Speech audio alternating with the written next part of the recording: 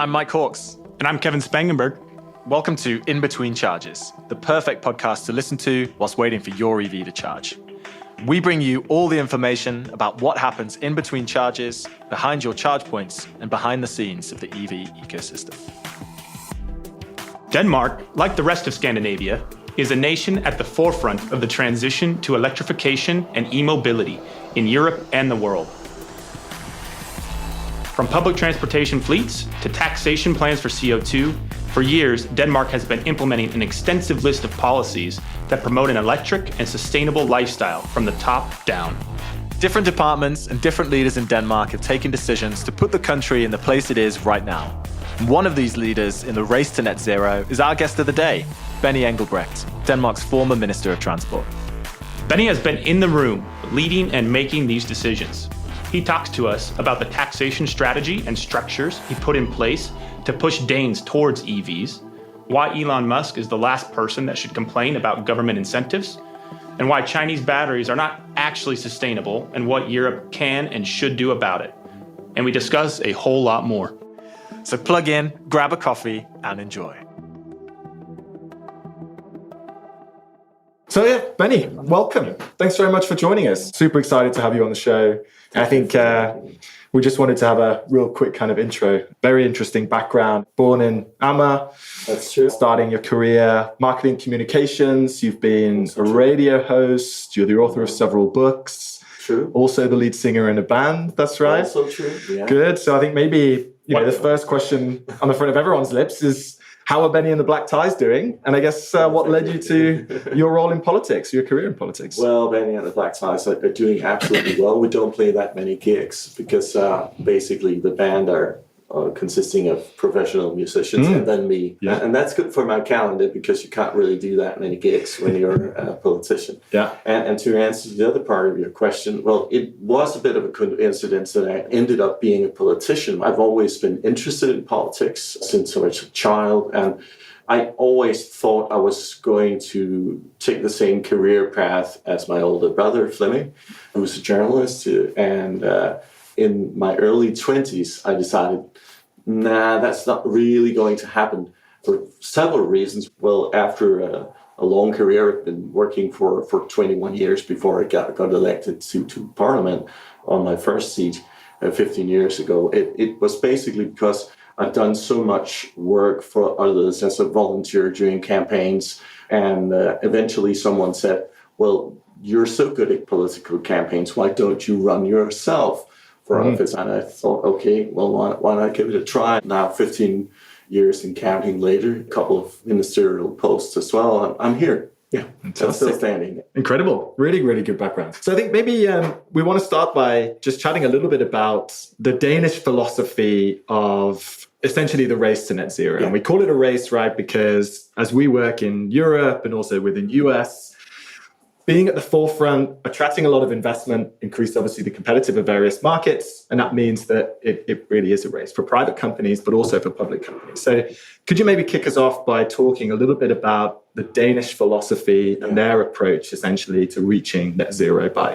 2050? Yeah, basically we need to address all sectors. And of course, I, for obvious reasons, know most about transport. And the philosophy for transport is basically electrification on all potential platforms. So that's all public transport, that's trains and buses and ferries. It's, of course, private vehicles, motorcycles, mopeds, whatever. Bikes, e-bikes are very popular in Denmark and extensively used throughout rural areas as well. So we're really moving in the right direction when it comes to that. And you can see it on the sales, 25% of all cars being sold, new cars are electric.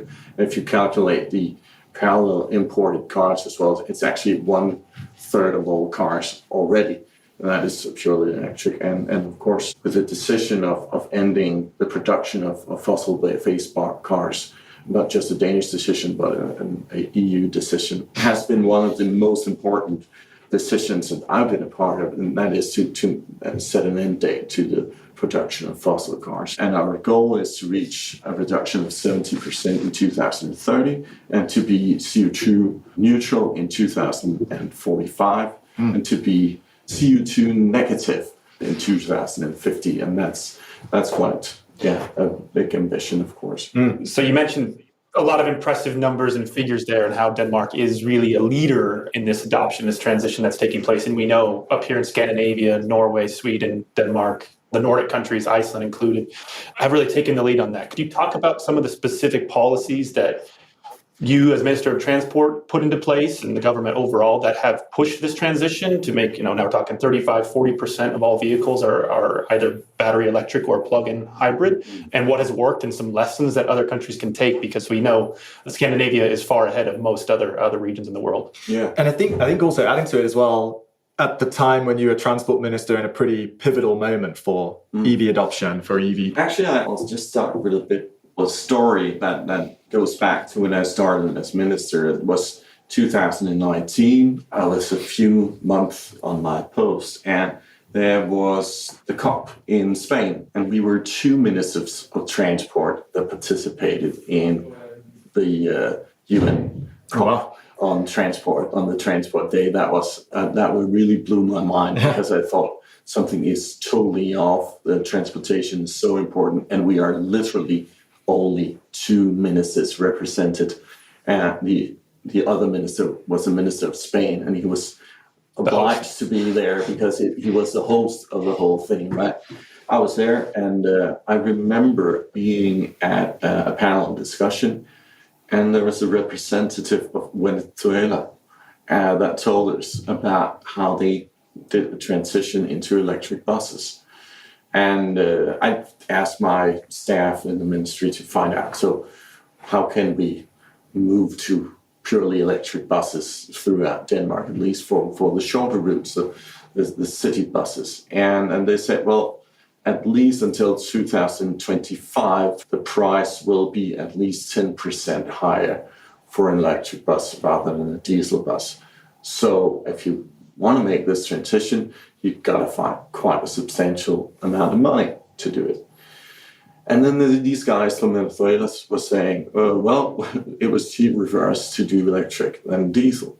I said, something's totally wrong. If they can do it, why on earth can't we? And we went back and we investigated and found out, well, it was primarily to do with the way that we put our bits together. So if you do make a long-term contract, it is possible to calculate into that the total cost of ownership, which means that instead of doing a 5-year or 6-year contract, if you do a 10-year contract, for instance, well, the actual operating costs are so much cheaper for having an electric bus that it actually cancels out the price difference on the bus itself. So that was a huge eye-opener, and we changed it. And basically within half a year, we did agreements with all the larger municipalities in Denmark. And they said, well, we are setting targets for how many electric buses we're going to purchase. And the target when I left the ministry was somewhere around 76, 77% of all buses in Denmark is going to be electrified before 2025. And as far as I can see, that plan is still working. And that's one of the reasons why the philosophy behind moving into electric vehicles for private car owners was that we need to make it as easy to own an electric car and to charge your electric car as it is to fill gas or petrol. And that's where we are now. In reality, that's where we are. And of course, the most important thing is that most of it is done in front of your own house. And of course, we've got a stable environment for the pricing. We know the taxation of cars from now up until 2030. There's maybe 2 things to kind of carry on from that, because I think it's really interesting. Trying to basically completely transform how we think about transport means it's not a like for like. We can't go into electrification of transport by following the same business model. And I think an interesting debate that we've had discussions before on this podcast, one of our previous guests, Aaron Fishbone on AFIR, was, do we really believe that refilling the vehicle should be the same process and should be as accessible as refilling your fuel car before. We've got the opportunity to try to change that and make it more accessible in various different ways. And I guess also people's charging habits will also be very different. As you've said, so far, 90% of charging is really conducted at home. And that's because the vast majority of EV owners at the moment also have access to a private driveway, particularly in Denmark. But as EV adoption grows out into other markets, there's much more people living in multi-unit dwellings. They don't have access to charge points at home. It needs to be on street, and perhaps then the percentage will change. So, I mean, what's your point of view on that? Should it be the same process as filling up your fuel car, or is there opportunity to try to change that? I have a driving pattern that is somewhat different from most people. I do commute a lot. I have meetings all over the country, and I've got a lot of places to go. So I have a driving pattern where I charge more on fast charging points than your regular dude does. And I think it's really important to understand that people like me are so important for the transition.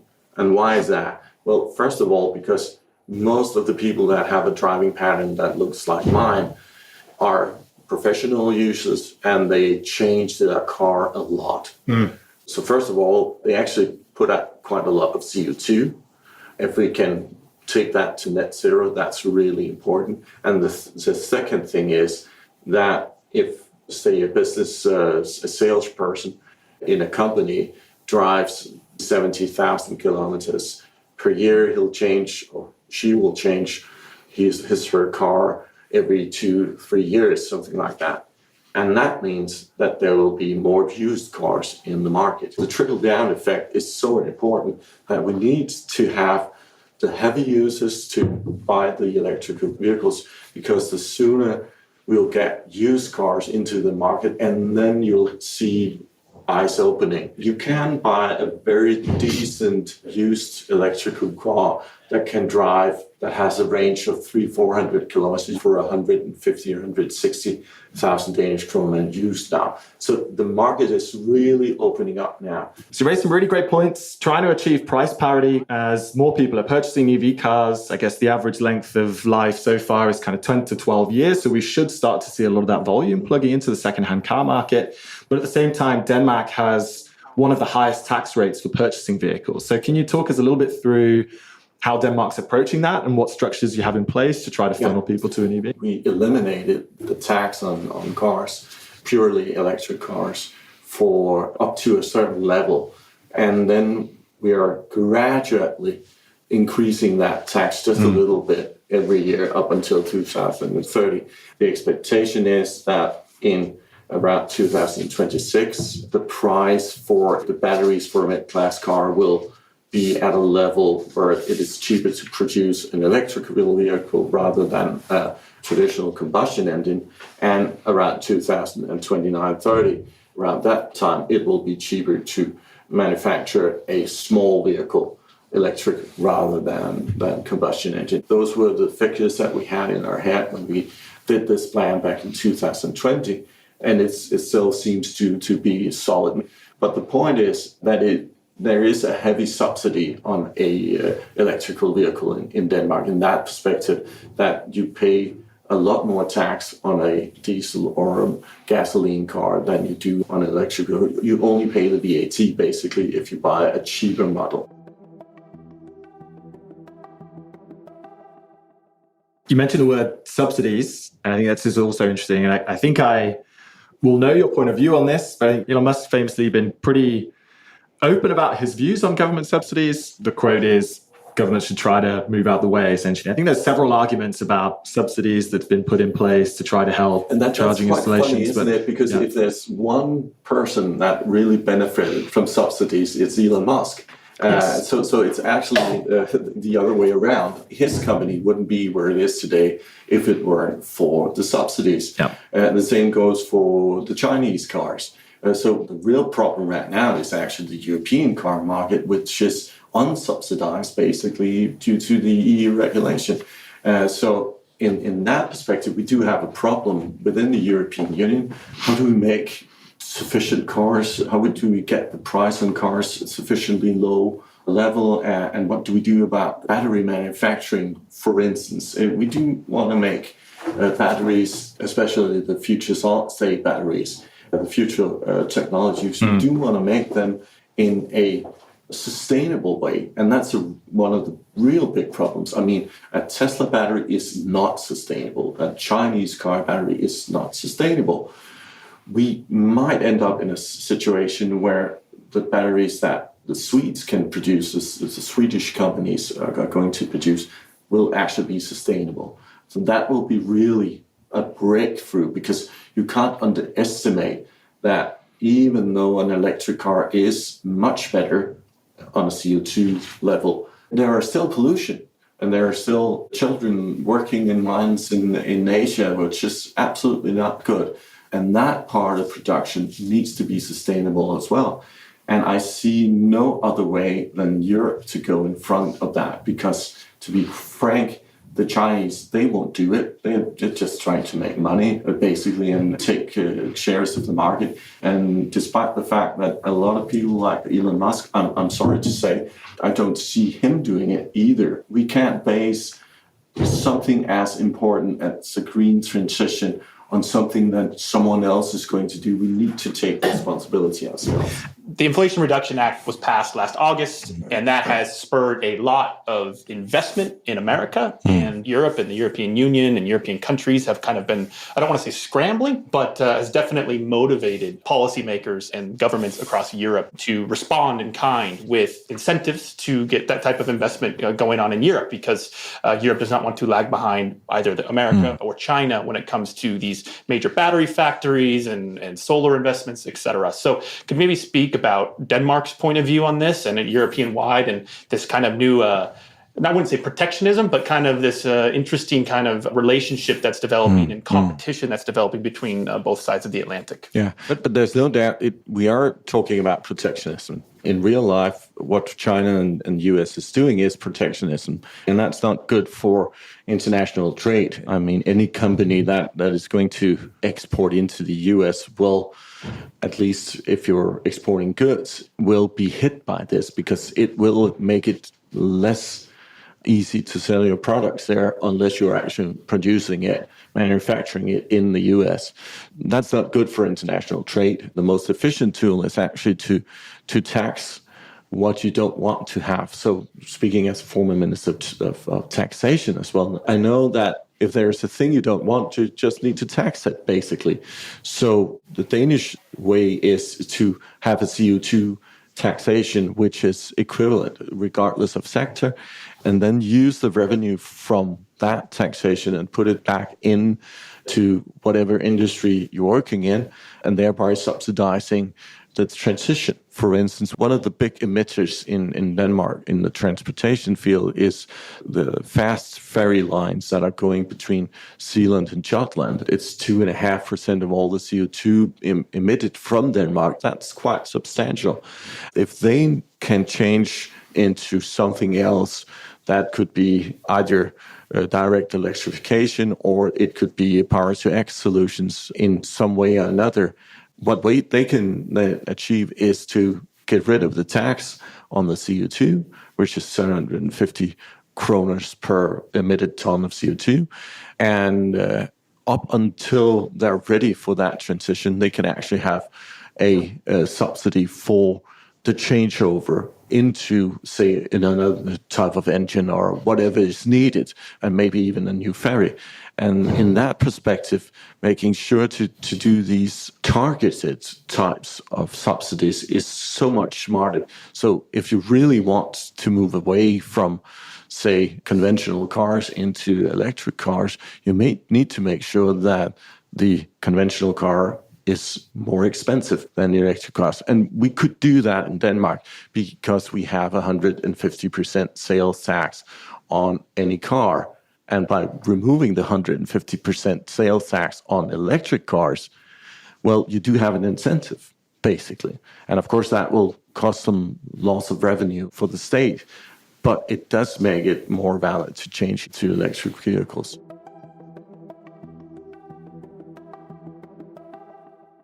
Maybe we want to move on a little bit to the targets that you say we've set up for Denmark now and some of the challenges essentially in achieving that. And one of the biggest challenges that we have heard about in every market, whether it's the UK, whether it's Germany, whether it's Sweden, is essentially the allocation of AMPs. We were speaking about this a little bit previously. And I love this quote that I think you found in an article before.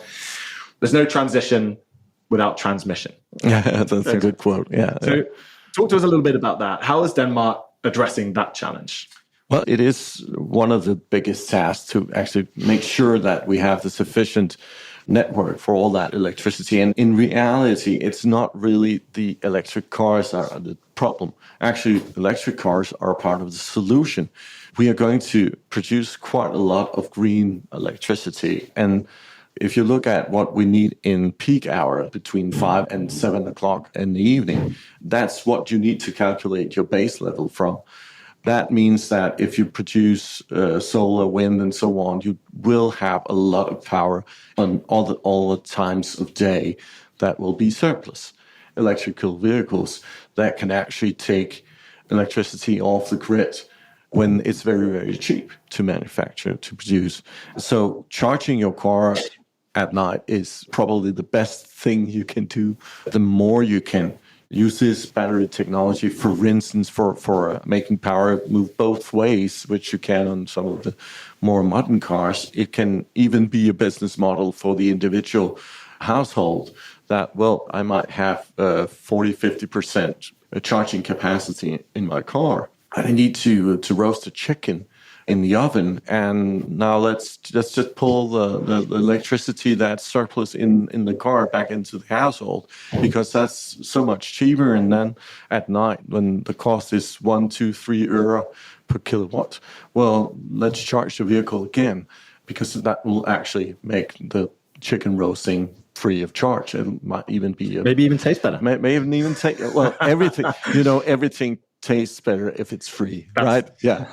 But of course, we will need to make huge investments in Denmark. It's the last calculations I saw was somewhere around 100 billion Danish kroner or something like that over the coming 10 years. So, but of course, it's the consumers that are paying that, and in the transmission fees that you are paying over your electrical bill. It's part of the fees you pay for getting your electricity, but the investments will be very, very huge. That's true. One problem that we hear consistently from Montes customers and partners across Europe is this transmission problem and the permitting question. And we're seeing months, if not years, before professional public charge point operators can hook up their charging infrastructure at utility, destination charging, roadside charging, highway charging. Can you speak about that permitting problem and how the role that the government can play in cutting that red tape and making sure that this charging infrastructure that we need can go up as fast as we need it to? Even though I think we're better in Denmark at this than most other countries, even we can do better. I know the German process for something like this, for authorizations, and it's really, really, really complicated. It's one of the biggest barriers. And even though we have a system in Denmark where I believe that we are progressing and actually increasing the speed of the permissions and the transmission lines and all of that, we still have problems here. So I can only imagine that someone like a country like Germany, where, well, I know of cases that if you need an authorization for something as simple as a building, it can take 4, 5, 6 years of processing. If you go to France or Italy or other places, that's really a big barrier. And it's one of those things where we need to make sure that we, from Denmark and with our experience, can share that with other countries. I think the Nordic countries in general have a better process. So Sweden, Norway, Denmark can definitely learn from each other, but we can also teach other countries how to do this better. I think it's an interesting point you made. Wherever we start in these kind of conversations, whether we start with e-mobility, we always tend to move out. And it's because electrification touches on so many different industries and, of course, so many different parts of the world. And I think the point that you were alluding to earlier when we're talking about storage and the permitting process basically for allocation of AMPs is that it needs to be a mixture of both. There needs to be a new model essentially for that process, but also we need to try to support the grid by rolling out energy infrastructure. And let me just give you a simple example. It's important to have a political understanding that there is a burning platform, basically. Yes. I mentioned that planning in Germany is very slow.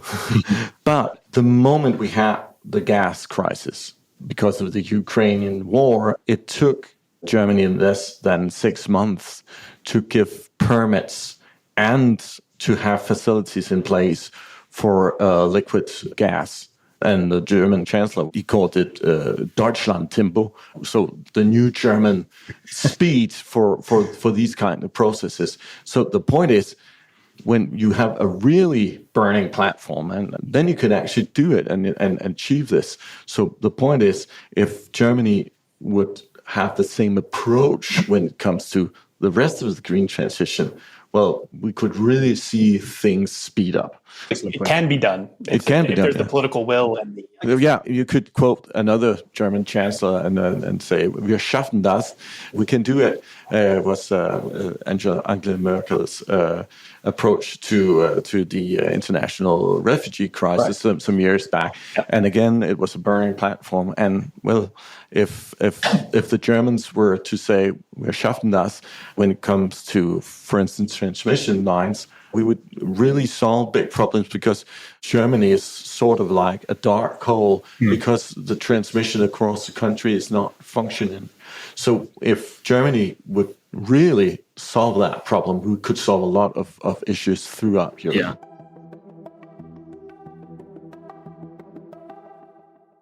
I think this is a great place then to start maybe rounding off the discussion. And so we're a bit away from electric cars right now. But that was also one of the topics we really wanted to get into. I think myopically, we always talk about EV cars. We're obviously very biased that we work a lot with hardware manufacturers. We work a lot with automobile OEMs. They're basically pushing out, but there is much more to transportation. As we say, it's a network market. It's an ecosystem where everything is related. So it's important that we talk about it that way. But perhaps related to the final points you were making, contrast with Denmark to Germany to the Nordic countries, from the successes that you have had and that we are having in Denmark, what guidance or pointers would you give to other policymakers, or like you say as well, I guess your kind of counterparts and colleagues in other countries, so that we can learn from each other? I really like the example that you give with the transport minister from Venezuela, for example, who was talking about a new financial model. What kind of guidance would you give to other policy writers and other people trying to shape the infrastructure? Well, first of all, it's important to understand that climate and energy is not just something that's going to be handled in the Energy and Climate Ministry. It's something that's being handled throughout any government. My previous colleague in Sweden, Thomas Eneroth, used to say, we, the transport ministers, are the real climate ministers. And I really like that point, because the whole idea is, of course, that everything needs to be electrified. And also understanding that despite the fact that there might be issues, say, the German car industry, that are really concerned that once you change from conventional cars into electric vehicles, well, who's then going to make gears? Who's going to make all those different components that are used in a conventional car that you don't use anymore? You don't need those mechanics and engineers anymore, and you need to change altogether the way you think. That's going to cost some jobs and going to change education.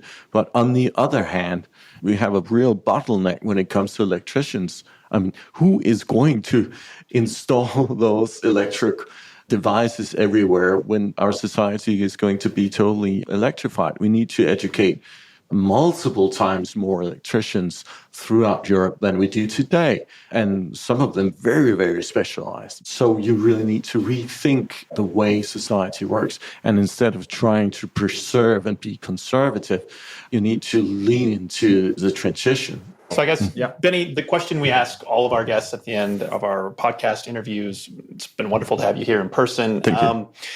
If you were to bust one myth, and I'm sure you've heard many myths during your time as a transport minister and tax minister as well, is if you could bust one myth about the EV industry, what would it be?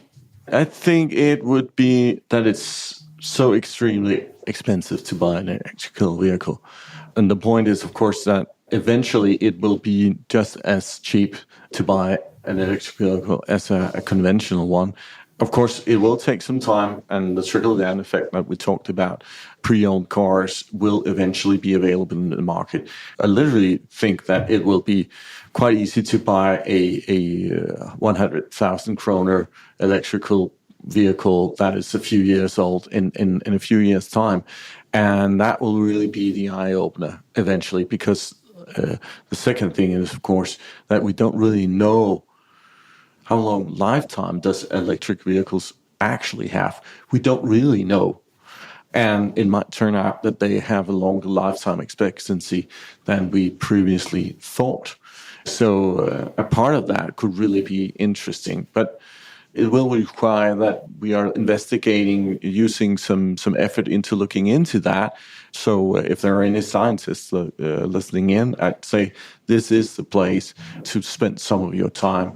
And of course, the other thing is that there are quite a lot of people that actually think that once an electric car is being ditched, it can't be used anymore. That's not the case, because it is required for an automobile nowadays to be reused. And that is battery, all moving parts, all the metal, everything is being reused. That's fantastic. So 3 myths. So the first one is price parity. We know that it's kind of something that is possible now, particularly with used cars. Second one is all vehicles now will go to either be reused, resold, or at least recycled. Yeah. And maybe the third one, which is not necessarily a myth yet, it's more something we don't know, which is the real battery life or the real life of an electric vehicle. I think that's a really interesting one. Benny, thanks very much for your time coming on the show. Thank you for having me. In Between Charges is a podcast from Monta, the charging software for all your EV needs. This podcast is produced by Rocio Fortuny, edited by Risto Dimitrov. Thanks for listening, everybody. If you want to keep up with the latest news about the show, follow Monta on Instagram, LinkedIn, Twitter, or Facebook. Happy charging.